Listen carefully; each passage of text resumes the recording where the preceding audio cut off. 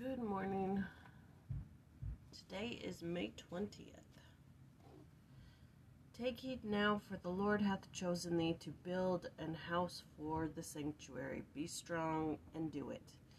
1 Chronicles chapter 28, verse 10.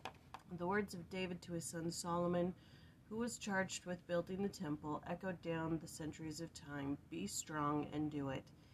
In the premortal realm, we rose up in favor of the Father's plan. It took strength to vote for agency and the plan of happiness. Adam and Eve, our first parents, exercised great faith as they were driven out of the Garden of Eden, and both physical and spiritual death came into the world upon all mankind. Today, it certainly takes courage to build our foundation upon Christ and stand fast against the enticements of the world and the mighty winds of the adversary. It takes sincere dedication to stay steadfast and immovable in keeping the commandments of the Lord. The Lord has chosen each one of us for a unique mission in life. Truly, no one can take our place. We must be strong and do it. That's a good one. I like that one.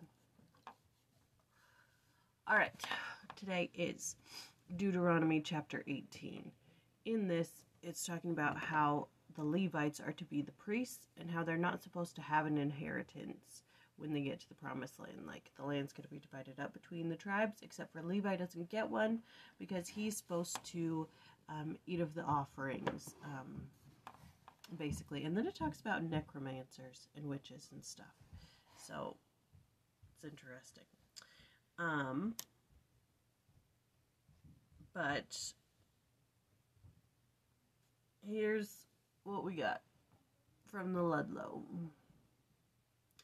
The prophecy that a prophet like unto Moses would come forth evidently has multiple fulfillments.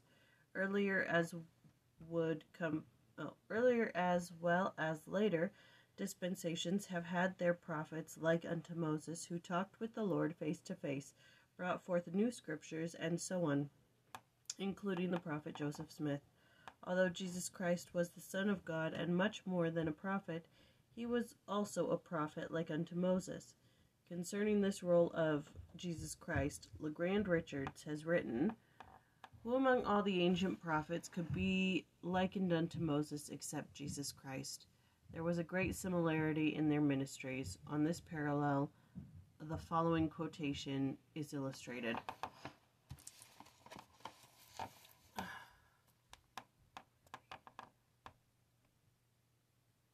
I realize that might be backwards to you, but I just wanted to show you. So it gives Moses and both knew God face to face. So Moses, Deuteronomy 34:10, and then the Messiah, John 6:46.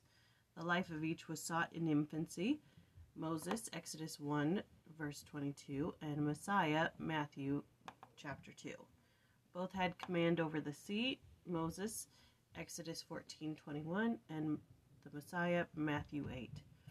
Both were subject to transfiguration. Moses, Exodus 34, verse 29 through 33, and the Messiah, Matthew chapter 17, verse 2. Families of each sometimes opposed them. Moses, Numbers 12, verses 1 through 2, and the Messiah, John chapter 7, verse 5. Both Moses and Christ were meek. Moses, Numbers 12:3, Messiah, Matthew 11:29. Both rejected the glory of the world. Moses, Hebrew 11:24 and 26. Messiah, Matthew 4:8 through 11. Surely Jesus Christ, the Son of God, met all the requirements necessary to justify our accepting him as the promised prophet like unto Moses. When he came, he was rejected by his own, and in his respect he was also like unto Moses. For when Moses went up into the mountain to commune with the Lord, the children of Israel turned away from Moses and made a molten calf from their jewels. And that is all the information for chapter 18.